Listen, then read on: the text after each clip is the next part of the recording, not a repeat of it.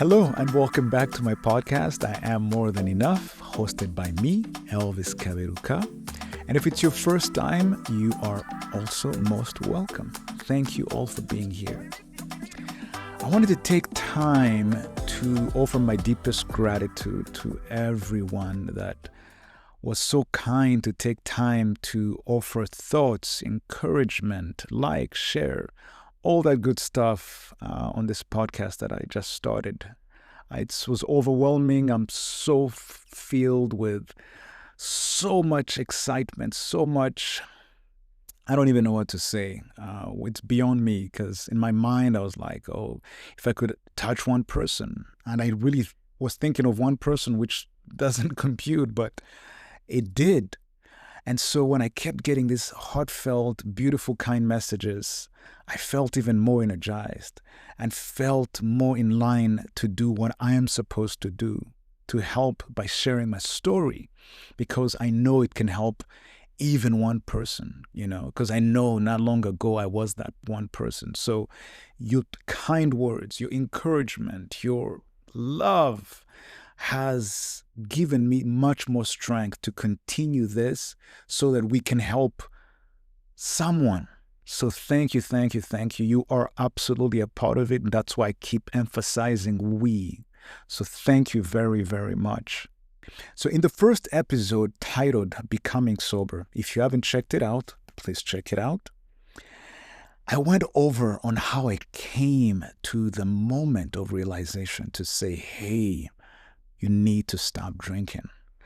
And what led to it? It wasn't something easy. And honestly, the episode was very emotional for me because I was reliving those moments.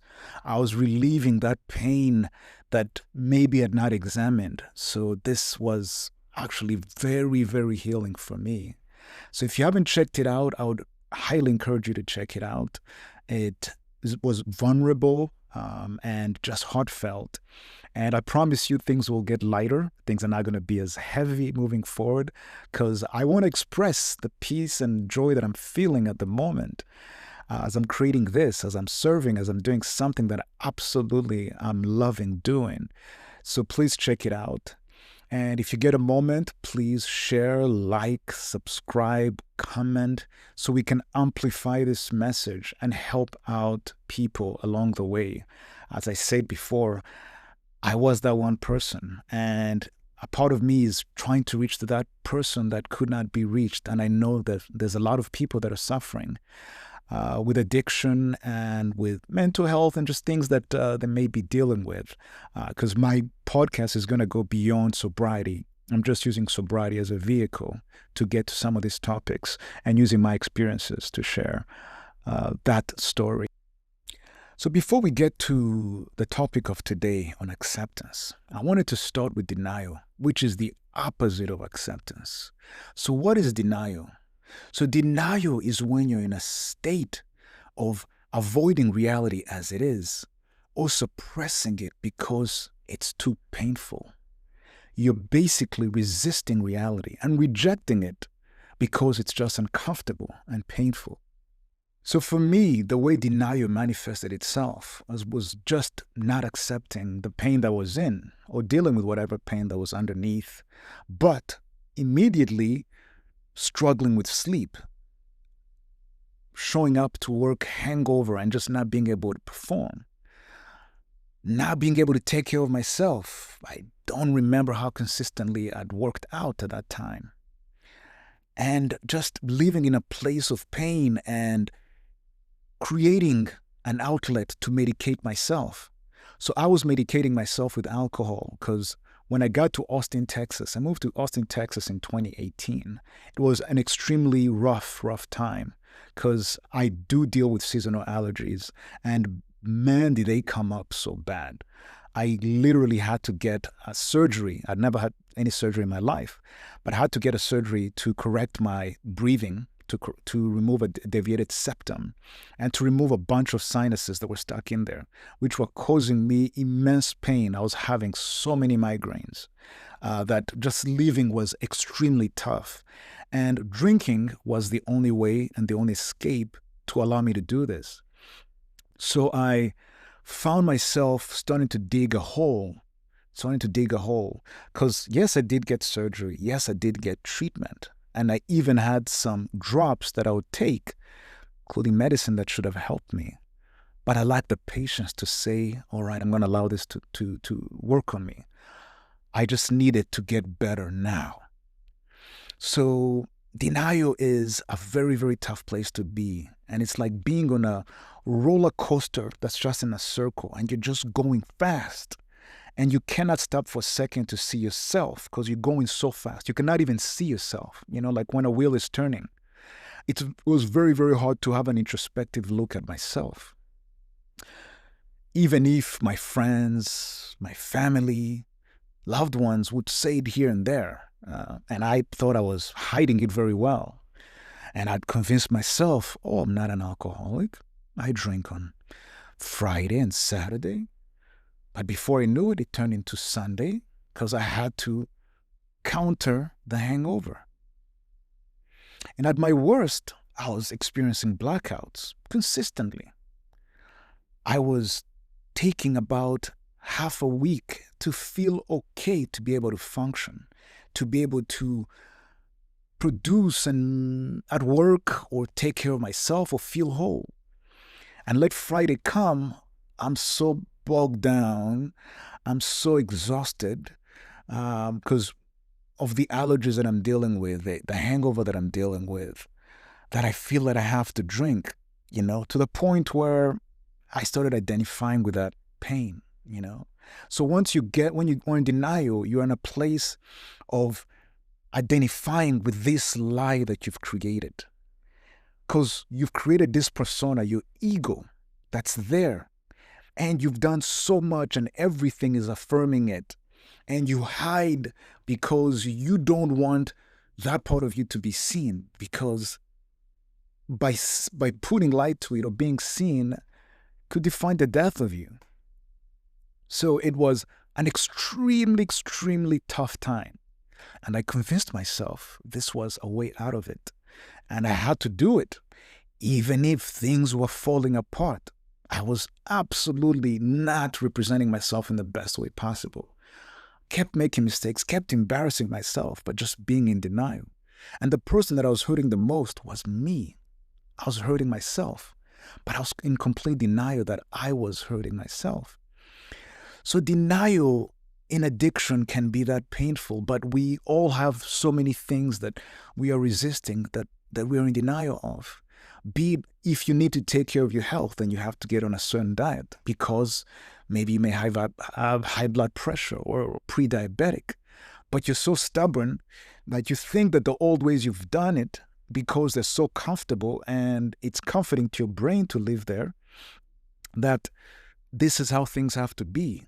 And you only start to change or turn that ship around when things are so painful. But it doesn't have to be that way. You don't have to be in denial your whole life or within that time that you're experiencing it.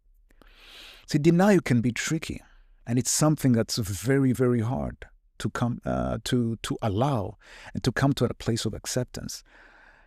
It took me a great amount of time for somebody to tell me, yes, you're going through that. Yes, yes, yes. I understand. But there are some people who should not drink. And if it wasn't for those words that my roommate echoed, I honestly do not think that I'd have come to that place of acceptance. So it was really, really, really tough. So I'm not saying it's hard. I'm not saying it's going to be easy. But if I can do it, if I can come out of it, and honestly, I thought I was the worst of the worst. That's how low I felt. Excuse me. That's how low I felt. And the level of shame that you feel makes it even harder. You retreat and hide even more because you have so much shame within you because you know this is not you. But sometimes the denial is so deep that you identify with this person, that it's hard to tell the difference of who you are versus what you're becoming and how you're dimming your light slowly by slowly. For me, the shame was so deep because a part of me knew it. A part of me had a sense of awareness. But it was a battle. It kind of felt like those two people, the side that wants to get better and the side that says, oh man, we need to do this to be better. We need to medicate to feel better. So it's really tough. But you have to realize that you are worth it, that you need to take the time, that you need to be patient. But you have to be honest with yourself that something has to change, something has to give. And it's going to be you. You are going to be that change. It's going to have to start with you. I promise you, not your family, not your best friend, not even God can come make you do this. Only you can decide to give this gift to yourself, the gift of acceptance. So what is acceptance? Acceptance is getting to a place where you are acknowledging reality as it is without trying to change it, without trying to fight it. And that's simply the first step. Getting to acceptance does not mean that everything has to change all at once, that you're going to stop this detrimental habit that you're doing and therefore everything will come to be as it was, or even better, but it's going to take time. Acceptance is an opportunity to take the first step and have faith that it's all going to work out. And in neuroscience and psychology, acceptance is where you are allowing yourself to feel all the emotions, the feeling, the hurt, and everything without trying to do anything about it. So realizing that it's not only in a mental, psychological level, but on a scientific level, that your brain starts to change when you get to a place of acceptance. The fight and flight part of you that's been fighting this thing that you're going through starts to relax because your breathing changes. Your nervous system calms down. Your anxiety goes down. Your brain is energized to start making better decisions. And you are in a place of just peace and calm where you can start to see and have a vision of what's possible. But you have to come to that place. And only you can get to that place. But it is possible. And for me, what it felt like, that second day when I said, man, I am done with drinking, I slept without waking up. And I do not remember the time when I slept through the night. I woke up feeling so peaceful, so rested, like I had slept for days. My mind was empty. I did not know how much I was fighting me, honestly. I did not know. But you're able to step out of you and look at yourself for the first time and see how painful and how chaotic and how wild you had been living. But it takes the courage, it takes the patience and the faith to know that getting to that place of acceptance and sitting there and being with those uncomfortable feelings, because you've been in a place where you've been just doing. Okay, you're not feeling okay. I'm going to do this. I'm going to go get a drink. I'm going to go out. I'm going to do this. You do not want to stay rested. You do not want to stay calm. Because even your brain knows that if you get to that place, that part of you, that ego, is going to die. And your brain seeks to comfort you. Your brain seeks to keep you in a place of protection, which is what makes it even tough, because that's how we are designed as human beings. Our brains have been designed through evolution to protect us for our survival. So whatever is the most painless part of you, whatever is comfortable, is what your brain is going to go to. So it's going to be tough. It's not going to be easy, but it's doable. I honestly cannot believe that it's been 5 years. And every year when it gets to May 28th, oh man, I feel like it's a birthday. It's honestly a birthday because it felt and it still feels like I had a rebirth. So it's absolutely possible. Acceptance can get you to a place where you are becoming the best version of yourself. You are becoming the best parent you can be. You're becoming the best son. You're becoming the best member of your community, because you're able to give something of yourself, that healing that you get, that peace, to others. So it's going to take work. It's going to take time. But it's doable. You can do it. And the first step is this: committing to yourself, being honest with yourself, challenging your story, really examining your story and saying, is this the truth? Is this what is? But you have to challenge your story. Kill your story, redraft your story, redo your story. Because we